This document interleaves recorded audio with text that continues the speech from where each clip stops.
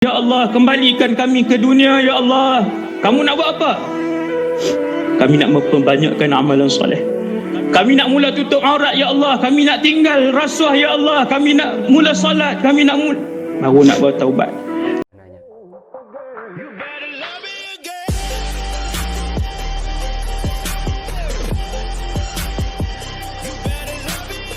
Assalamualaikum warahmatullahi wabarakatuh. Jumpa lagi dengan saya Cak Ope dalam program Ngaji Bareng. Saya harap semuanya dalam keadaan sehat, diberikan rezeki yang banyak, mudah dan berkah, diberikan rezeki kesehatan, diberikan rezeki kebahagiaan dalam keluarganya. Saya doakan semoga orang-orang yang istiqomah dalam channel ini, sering ikut ngaji bareng, semoga semuanya kita bisa berkumpul nanti di surganya Allah Subhanahu wa taala. Amin amin ya rabbal alamin.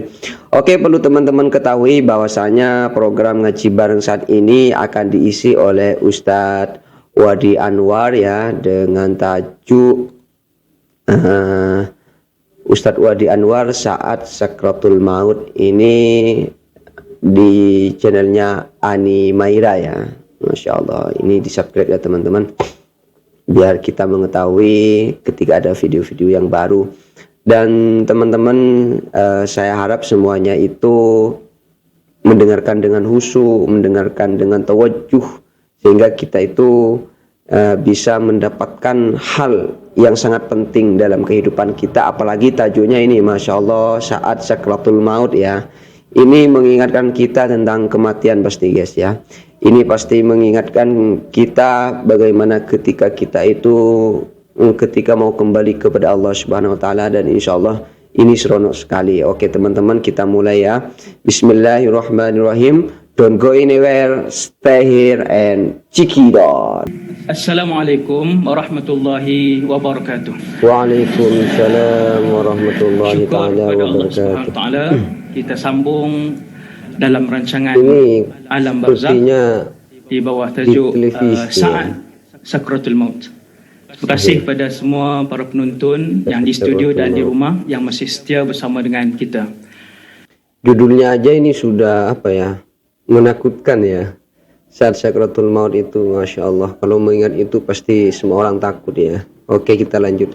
Tajuk Alam Barzakh ni panjang, jauh, perjalanan dia pula sangat merisaukan dan menakutkan kita semua sekiranya bekal itu tak cukup. Jadi bila kita nak menghadapi, kita tak ada pilihan. Kaya mati, miskin mati, yang berpangkat mati, yang tak berpangkat mati. Maka kita nak tahu apakah yang diajarkan oleh Rasulullah, yang Nabi bagi tahu rahsia saat sakratul maut itu. Maka Nabi pun menceritakan bahawa ketika mana seorang itu nazak, selalunya mati ni selalu atas katil lah, di rumah ke, di hospital ke kan. Memang ada yang mati aksiden, terbakar, kemudian mati lemas dan sebagainya. Tapi yang banyak nazak di rumah. Apa yang berlaku? Jadi apabila seorang tu dia nazak, sampailah hari ajal dia datang, maka pertama sekali kita letakkan waris kita yang nazak itu di tempat yang aman. Sebab orang yang nak mati ni, dia nak merasakan satu jenis kesakitan yang tak terdapat di muka bumi Allah. Sakit. Kita kalau sakit, tuan-tuan sekalian, sakit gigi dah, gigi berlubang besar ni, gigi berlubang, sakit. Betul. Kemudian anak-anak kita duk main di ruang tamu, punyalah bising. Kita marah ke kita terhibur? Duk sakit gigi ni, kita marah, kita kata pergi main di luar kan. Tak boleh. Sebab apa? Baru sakit gigi. Kalau sakit mati dalam rumah, selalunya kalau saudara mara kita, mak ayah kita nazak ni, selalunya memang ramailah datang. Itu bagus. Pakat balik semua alhamdulillah, pakat bagi semangat, doakan, itu baik. Baca Quran di tepi waris yang nazak, itu sangat bagus. Tetapi suasana bising, sibuk dengan nak makan apa, sibuk yang hisap rokok, yang pasang lagu dengan kuat, yang subhanallah penuh dengan maksiat, jauh keberkatan Allah dalam rumah. Rumah kita ni kalau banyak zikir, banyak doanya, ada majlis ilmunya, bacaan Qurannya, banyak rahmat Allah, datang malaikat yang ramai. tenang yang nak meninggal tadi. Apabila sampai waktunya, seseorang tu ajal dia dekat, pastikan ada yang duduk di sebelah, sebut la ilaha illallah, bisik. Itu tinggalkan. Biar 1 jam, biar 2 jam, bisik lagi pelan-pelan. Laqinu mautakum la ilaha illallah. Ni malaikat dah tunggu. Malaikat dah tunggu. Memang ya, kalimat ini tuh kalimat yang sangat diinginkan oleh semua umat Islam ya, di akhir hayatnya mampu mengucapkan kalimat la ilaha illallah Muhammad Rasulullah sallallahu alaihi wasallam, karena itu salah satu jaminan kita akan masuk surga ya. Allah, merinding kalau membahas tentang sakratul maut, tentang kematian, dan seakan-akan apa ya, kita itu selama ini sering lupa bahwa kita akan kembali kepada Allah SWT. Makanya ketika mendengarkan hal macam ini ya, ini sangat membantu sekali untuk memperbaiki ibadah kita dalam setiap harinya ya teman-teman. Oke, kita lanjut. Apabila sampai ajalnya, contohnya kita kata ajalnya 10.15, waktu itu jam 10, maka lagi 15 minit itu ataupun sebelum kematian itu, malaikat maut sudah pun turun. Allah. Dan dia telah pun berada di kepala si bakal jenazah tadi. Ini keadaan dia di sini ya, tetapi di alam lain, di dimensi lain, bukan di bumi ini. Dia akan berada di kawasan ini, kata Rasulullah, di kepalanya. Kemudian tepat pada masanya, maka malakul maut yang ditugaskan oleh Allah itu, dia pun akan cabut nyawa, seperti yang Allah sebut dalam surah As-Sajdah. A'udzubillahi minasyaitonirrajim. Qul yatawaffakum malakul maut alladhi wukkila bikum thumma ila rabbikum turja'un. Bagi tahu wahai Muhammad, yang akan mematikan kalian dengan izin Allah ialah malaikat maut, ataupun yang kita sebut Israel. Dia telah diwakilkan untuk mencabut nyawa kalian. Thumma ila rabbikum turja'un. Kalian bagaimanapun tetap akan dibawa kembali kepada Allah Subhanahu wa taala. Nah, malaikat maut dah ready di sini. Kita tak nampak, jin pun tak nampak sebab dimensi yang berlainan. Kemudian malaikat maut pun akan melaksanakan tugas dia sesuai dengan ayat yang Allah sebut dalam surah Qaf ayat 19. Waja'at sakratul maut bil haqq dzalika ma kunta minhu tahid. Dan datanglah sakratul maut itu dengan sebenar-benarnya. Allah. Ramai orang waktu itu baru, ya Allah, ada kematian. Ya Allah, benar kematian ini. Bil haq, Allah sebut dalam Quran. Datang kematian itu sebenar-benarnya. Dzalika ma kunta minhu tahid. Itulah yang dahulunya selalu kalian elakkan. Sebut mati, semua tak seronok. Sebut mati, jadi lemah semangat. Sebut mati, rasa ya Allah bagilah panjang lagi umur. Waja'at sakratul maut bil haq. Malaikat maut lah yang akan datang mengambil nyawa kita, mengambil nyawa orang yang telah ditentukan oleh Allah Subhanahu wa taala tersebut. Apa yang berlaku selepas itu, insya-Allah kita akan sambung selepas rehat seketika. Oh iya, berarti sponsor ini ya. Iya.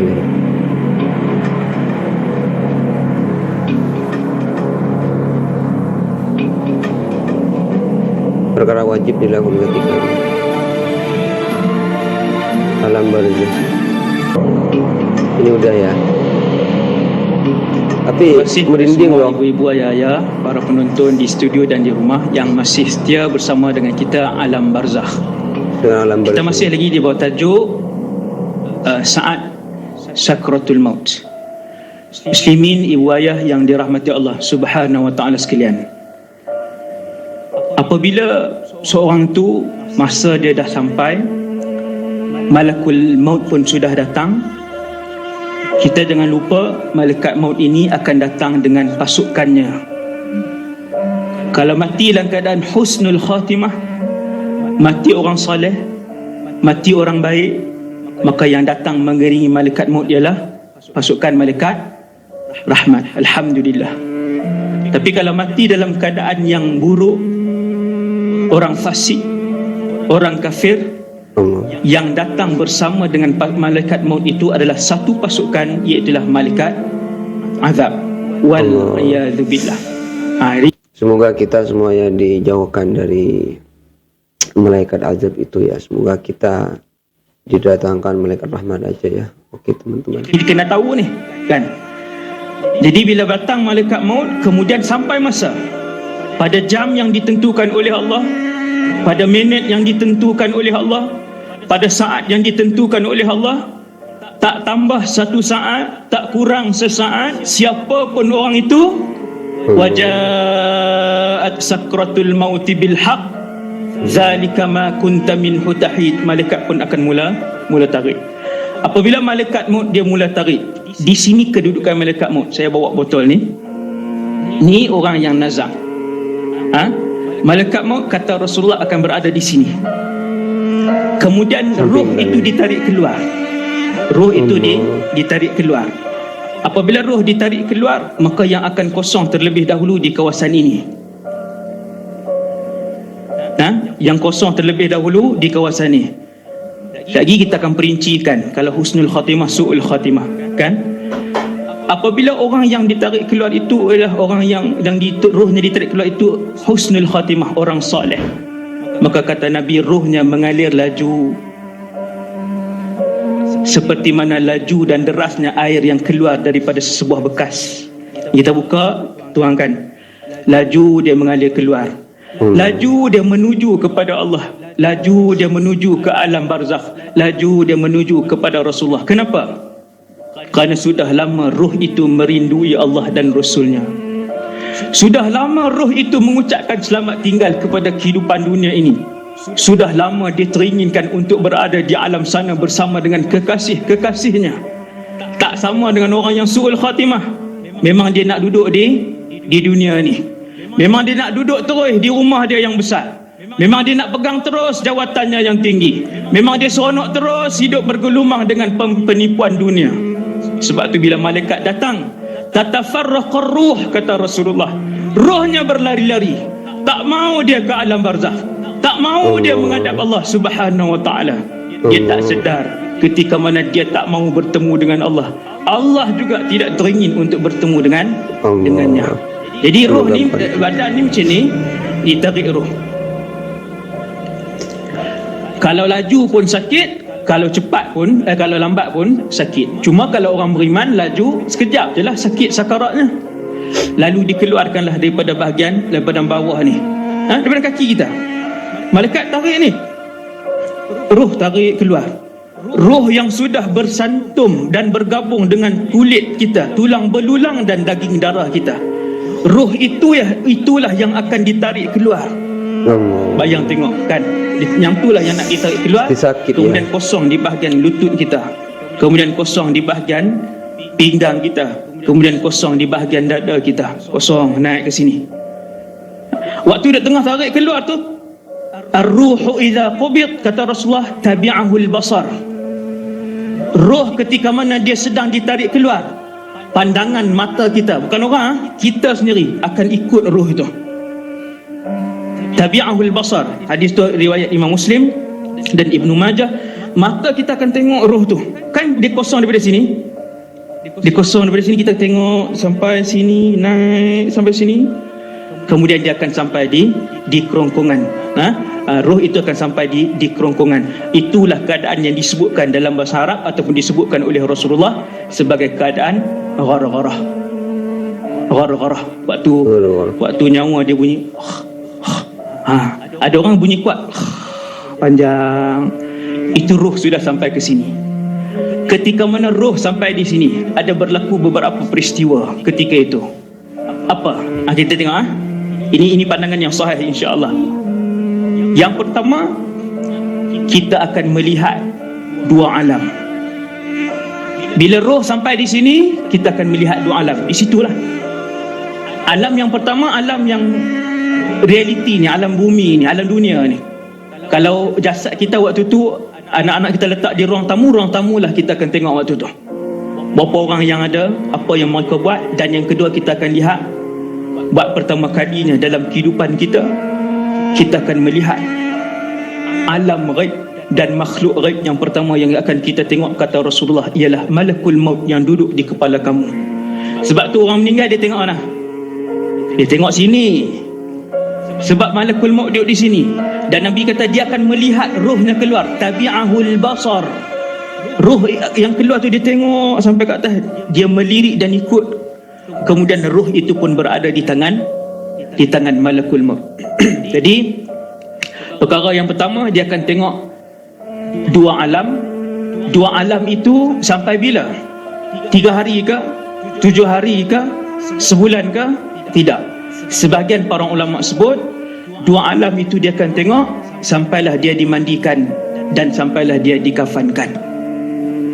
Apakah perkara kedua? Bila roh dia sampai di kerongkongan, kita akan sambung selepas ini, insya-Allah. Sponsor ya guys. Ini seru ini ya. Perkara ini dilakukan apabila menerima berita kematian. Disunahkan membaca ini dia yang jujur. Membaca doa, ya Allah, tuliskan dia di semua dengan golongan orang yang baik. Jadikan hujatannya tempat tertinggi di Yin. Jagalah keluarganya.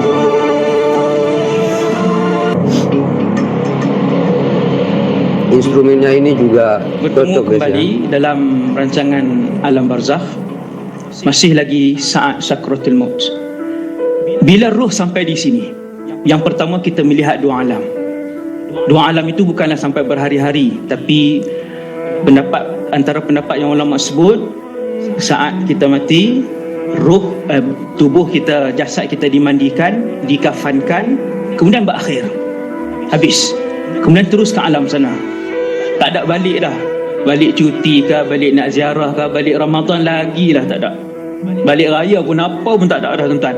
Terus ke alam sana. Perkara yang kedua, bila roh sampai di sini, ghargharah bunyi itu, yang paling besar berlaku pada seorang itu ialah Allah Subhanahu Wa Taala menutup pintu taubat untuk diri orang itu selama-lamanya. Dalam Islam ini antara pintu yang luas dibuka oleh Allah kepada saya dan kita semua ialah pintu bertaubat. Tapi bila sampai di sini, Allah pun tutup. Sebab tu Fir'aun bila dia tenggelam, dia sebut amantu, aku beriman. Tetapi Allah tak terima. Sebab ketika itu roh sudah sampai di sini. Apabila roh itu ditarik, berada di tangan malakul maut.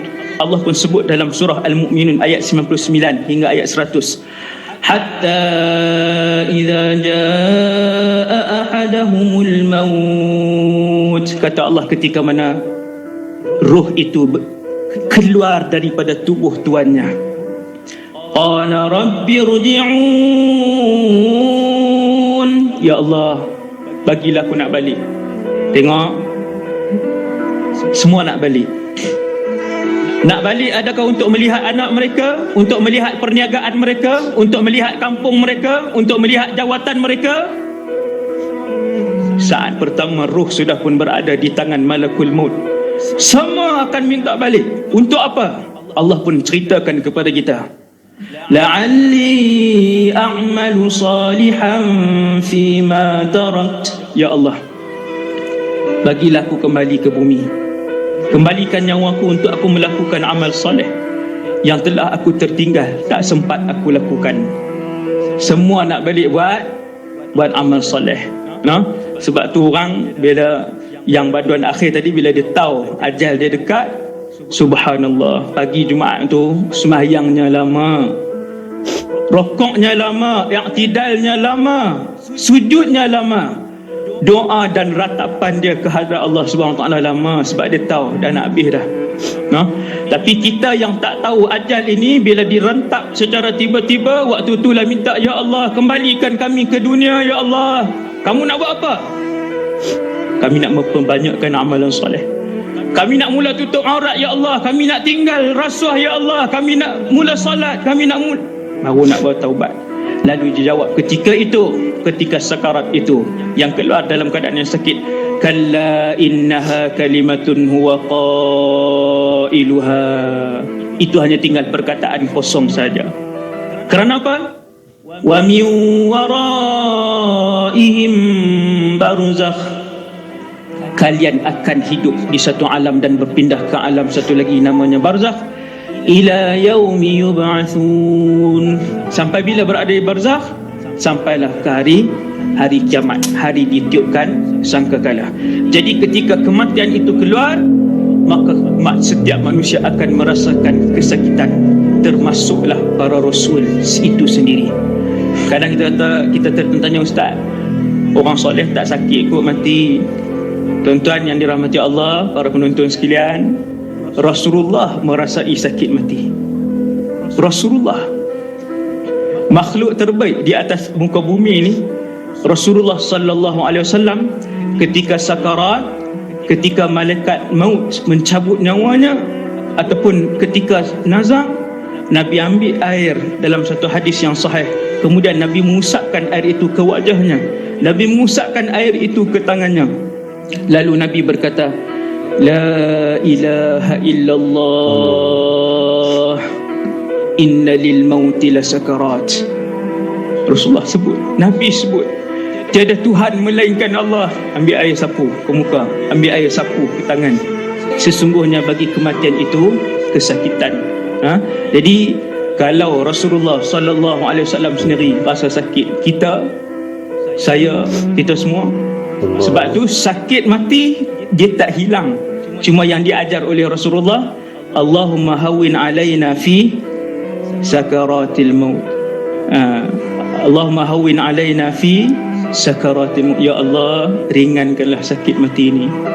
Semua akan rasa sakit, tuan-tuan. Semua akan rasa sakit. Ketika merasai saat pertama kesakitan itu, Allah sebut dalam Al-Quran, kalla idza balagatit taraqiya wa qila man raq. Waktu ditarik tu dah sampai di Qararah, semua sibuk. Siapa nak ubat dia? Di mana doktor dan sebagainya? Wa dhanna annahu al-firaq. Orang tu yakin inilah kematian. Kerana apa dia yakin itu kematian? Kerana sakit mati itu tidak pernah ada di atas muka bumi Allah.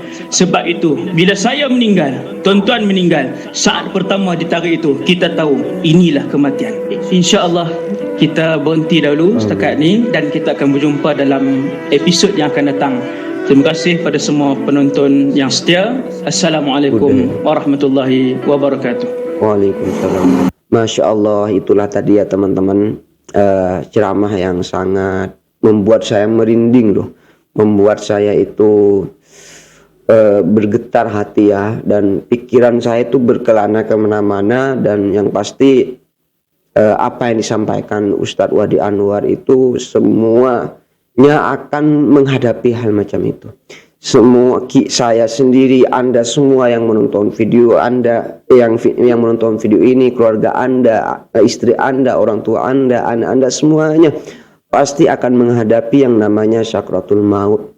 Dan ini merupakan suatu hal yang sering kita lupakan. Ini merupakan suatu hal yang sering kita abaikan, dan mungkin ini merupakan suatu hal yang mungkin kita merasakan masih lama yang akan terjadi pada kita, padahal tidak ada jaminan bahwa sakratul maut ini akan 1 hari dari sekarang, 1 jam dari sekarang, 2 hari, 1 tahun, 1 bulan, 5 tahun, 20 tahun, tidak ada jaminan. Dan yang pasti bahwa kita akan menghadapi yang namanya sakratul maut yang sangat sakit sekali itu teman-teman, dan merupakan hal yang hal yang bisa membuat kita itu mungkin lebih hati-hati untuk menjalani kehidupan ini ya teman-teman, lebih iman dan takwa, dan lebih semangat untuk beribadah kepada Allah Subhanahu wa taala. Dan semoga semuanya itu bisa banyak mengambil hikmah ataupun pelajaran dari ceramah yang disampaikan oleh Ustadz Wadi Anwar tadi. Oke teman-teman, saya kira ngaji bareng pada kesempatan kali ini saya cukupkan ya. Mohon maaf apabila ada kesalahan. Ihdinas siratal mustaqim. Assalamualaikum warahmatullahi taala wabarakatuh.